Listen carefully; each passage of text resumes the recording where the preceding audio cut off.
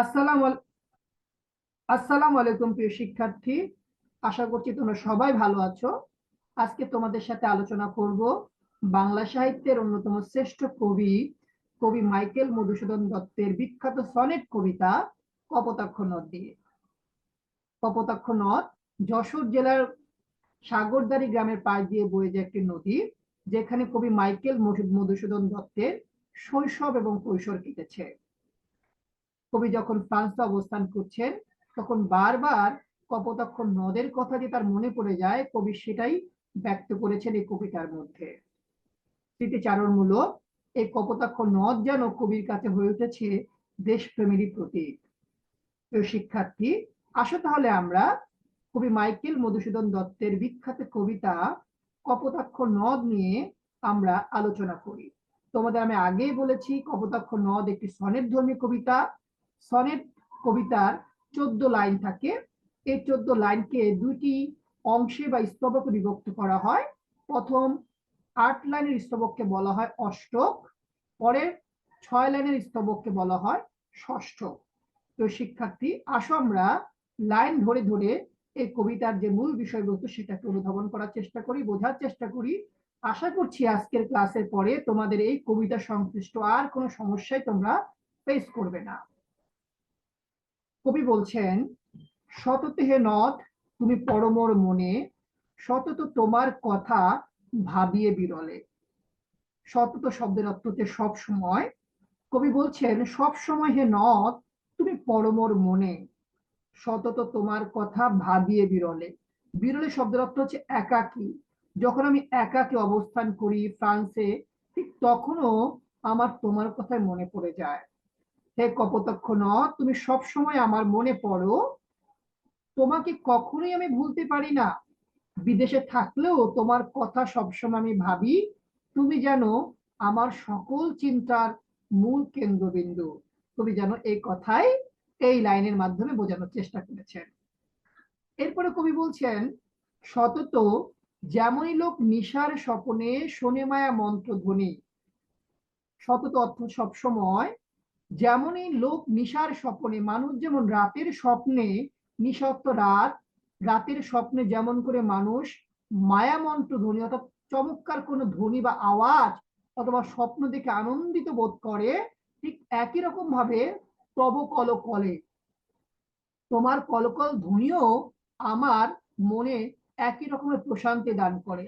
মানুষ রাতের স্বপ্নে যেমন করে কোনো মধুর আওয়াজ শুনে আনন্দ বোধ করে, ঠিক একই রকম ভাবে কপোতাক্ষ নদ তোমার কলকল ধ্বনি শুনেও আমার মনে একই রকমই আনন্দ প্রবাহিত হয়, আনন্দ বোধ করি। জুড়ায় কান আমি ভ্রান্তির ছলনে। ভ্রান্তি অর্থ ভুল। কবি বলছেন, এই কানকে তিনি জুড়ায় অর্থাৎ সান্ত্বনা জাগায় কি করে, এই কলকল ধ্বনি শুনে। কারণ কি, কবি জানেন কপোতাক্ষ নদ তার সামনে নেই।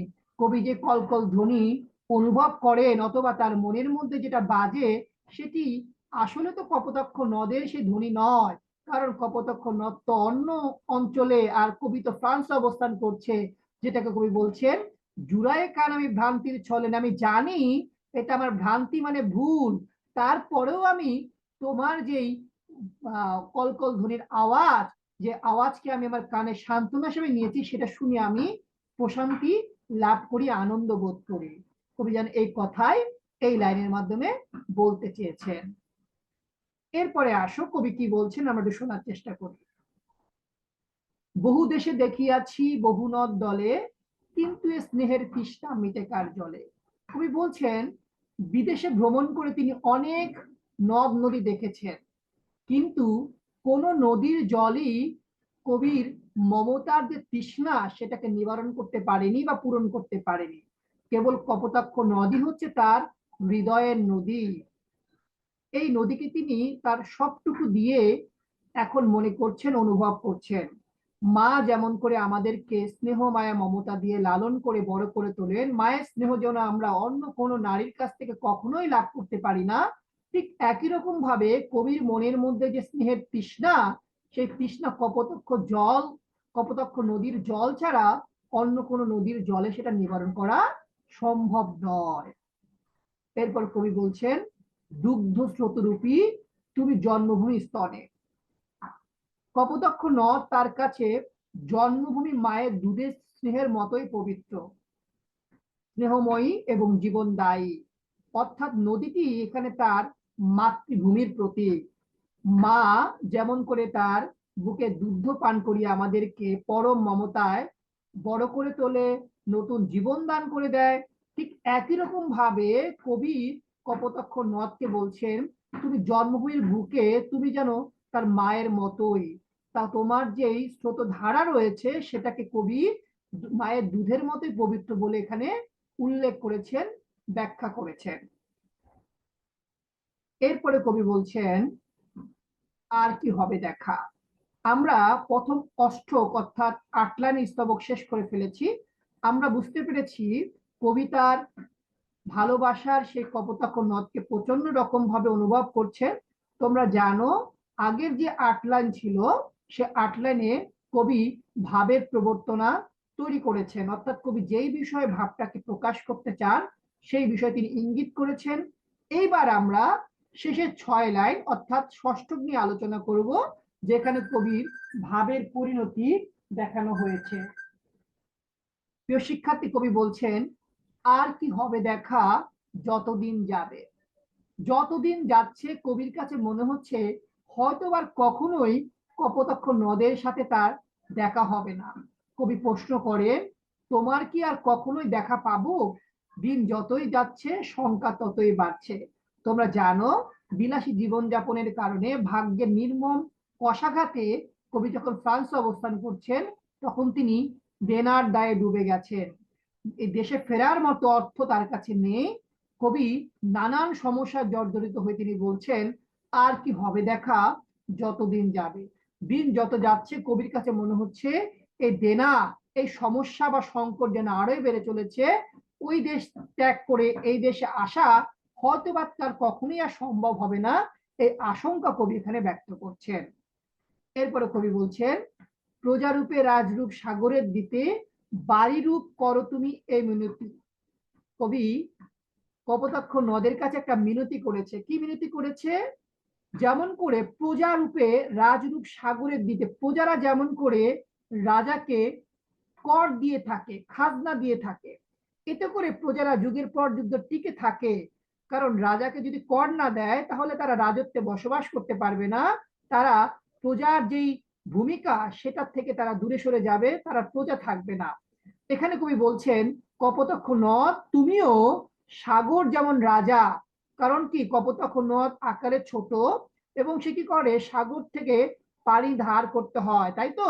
ঠিক একই কারণে কবি বলছে তুমি কপোতাক্ষ নদ সাগরকে নিয়মিত তুমি কি করবে বাড়ি মানে পানি তুমি কর হিসাবে প্রদান করবে, খাজনা দিবে।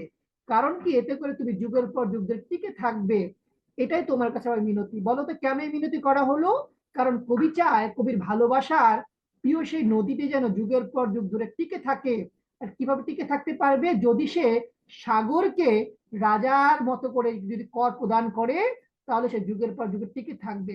তোমরা জানো অনেক নদী এক সময় ছিল এখন হারিয়ে গেছে, সাগরের সাথে তাদের যোগাযোগ নেই, এজন্য তারা হারিয়ে গেছে। কিন্তু কবি তো তার পছন্দের নদীকে, ভালোবাসার নদীকে এভাবে চান না। কবি চান তার কপোতাক্ষ নদ যেন যুগের পর যুগ ধরে টিকে থাকে। এই জন্য তিনি বলছেন, মিনতি করছেন যে তুমি সাগরকে তুমি নিয়মিত বাড়ি তুমি কি করবে কর হিসাবে প্রদান করবে, খাজনা দিবে, এতে করে তুমি টিকে থাকবে।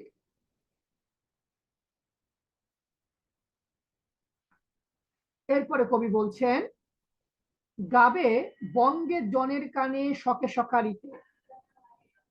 গাবে মানে কি? গাইবে। বঙ্গজ মানে কি? যারা বঙ্গে জন্মগ্রহণ করবে, তাই তো? হ্যাঁ, কানে শকে সকারিতে অর্থাৎ মানুষ যুগে যুগে ভালোবাসায় তাদের বন্দনায় তোমার গান গাইবে।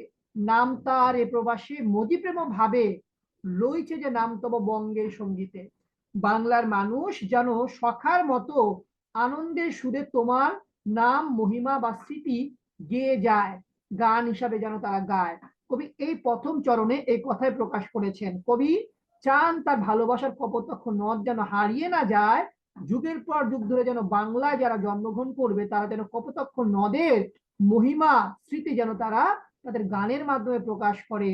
নাম তার এ প্রবাসে মোদি প্রেম ভাবে, বিদেশে বসে কবি যে ভালোবাসা দিয়ে তোমার নাম উচ্চারণ করছেন, বাংলার গান, বাংলার ইতিহাস, স্মৃতি সবকিছুর সঙ্গে মিলেমিশে তোমার নামও যেন বেঁচে থাকে। অর্থাৎ যুগের পর যুগ ধরে বাংলার সঙ্গীত, বাংলার ইতিহাস, বাংলার ঐতিহ্য যেন কপোতাক্ষ নদ যেন বিলীন না হয়ে যায়, হারিয়ে না যায়, কবি এটাই ব্যক্ত করেছেন, আশা প্রকাশ করেছেন।